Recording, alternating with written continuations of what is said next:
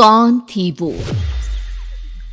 मैं 8 महीने की प्रेग्नेंट थी और अपनी डिलीवरी के लिए अपने मायके गई थी। माँ ने मुझे फोन पर बताया, घर के पीछे की तरफ जो खाली जमीन थी ना, वहां पर एक नया कमरा बनवा लिया है। इतने सालों के बाद जैसे ही अपने घर में कदम रखा, कुछ अलग सा लगा। माँ, ये घर के पीछे की तरफ नया कमरा बनवाने की क्या जरूरत थी? अरे बेटा, घर के पीछे दूर दूर तक खाली जमीन है। तेरे पापा को कई दिनों से लग रहा था कि यहाँ पर एक कमरा बनवा लेंगे तो ताजा हवा मिल जाया करेगी। अब तो ये सब छोड़ और चल जल्दी से दूध पी ले। माँ, मैं थोड़ी देर में पी लूंगी, आप सो जाओ। मैंने दूध का गिलास उठाकर उस खिड़की में रख दिया। पता नहीं कब आंख लग गई। अचानक से खिड़की के पल्लों के खड़कने की तेज आवाज आई। दूध का गिलास धड़ाम से जमीन पर आ गिरा। जमीन पर गिरते ही दूध का रंग लाल हो चुका था। मैंने खिड़की से झांक कर बाहर देखा।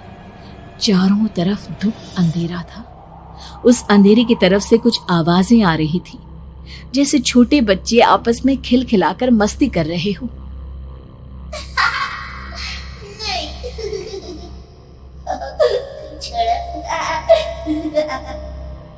इतनी रात को इतने घनघोर अंधेरे में बच्चों की आवाज कैसे आ रही है?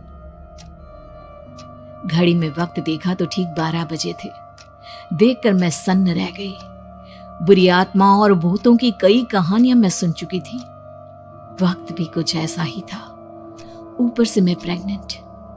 सुना था कि ऐसे वक्त में अक्सर बुरी आत्माएं औरतों का पीछा करती है, तो क्या मेरे पीछे भी? पसीने से तरबतर बड़ी मुश्किल से, जैसे कांपते हाथों से मैंने उस खिड़की को बंद किया। जल्दी से जल्दी उस कमरे से बाहर निकलकर माँ के पास जाने के बारे में सोचा, लेकिन जैसे ही दरवाजे की तरफ पलटी, लगा कोई साया हवा की स्पीड से दरवाजे के सामने से गुजर गया।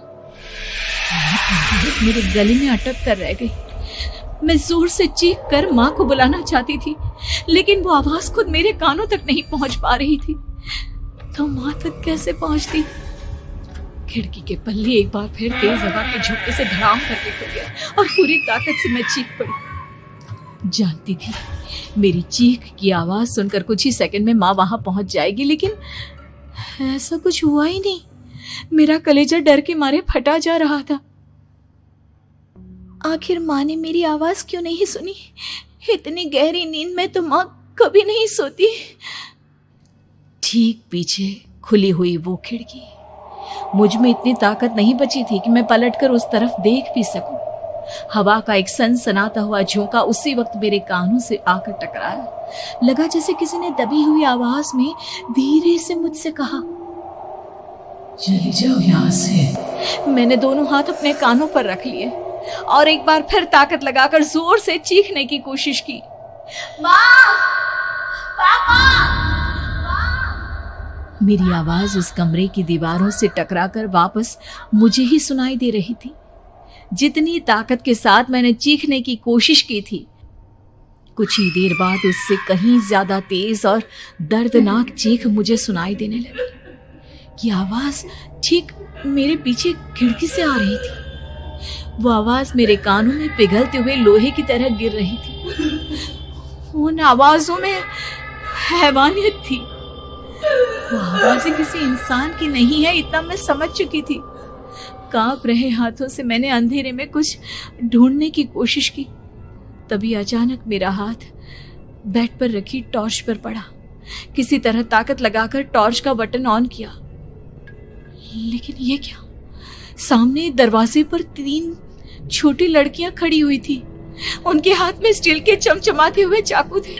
मैं घबराकर लड़खड़ाई और पीछे की तरफ हटी, लेकिन तब तक वो मेरे पास आ चुकी थी। उनकी गर्दन टेढ़ी थी और उनके हाथों के वो चाकू मेरे पेट को निशाना बनाने को तैयार।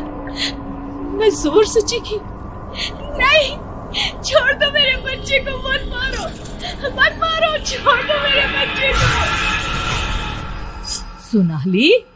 सोनाली, क्या हुआ बेटा? तू इतनी डरी हुई क्यों है? उठ बेटा, क्या हुआ?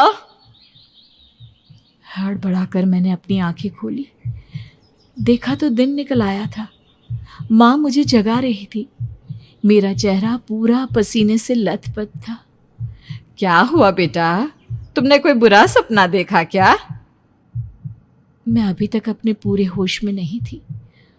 वो मेरे बच्चे को मार देगी माँ। वो लड़की मेरे बच्चे को। मैंने घबरा कर अपने पेट को छुआ। सब कुछ ठीक था। और वो दूध जो रात को यहाँ पर गिर गया था, उसका रंग लाल हो गया था। माँ ने हंसते हुए दूध का गिलास मुझे दिखाया। तुमने दूध पिया ही नहीं, पूरा का पूरा ऐसे ही रखा हुआ है। तुमसे कहा था ना सोनाली, सेहत के लिए लापरवाही ठीक नहीं बेटा। लेकिन मैंने तो सब कुछ अपनी खुली आंखों से देखा था। ये सपना कैसे हो सकता है?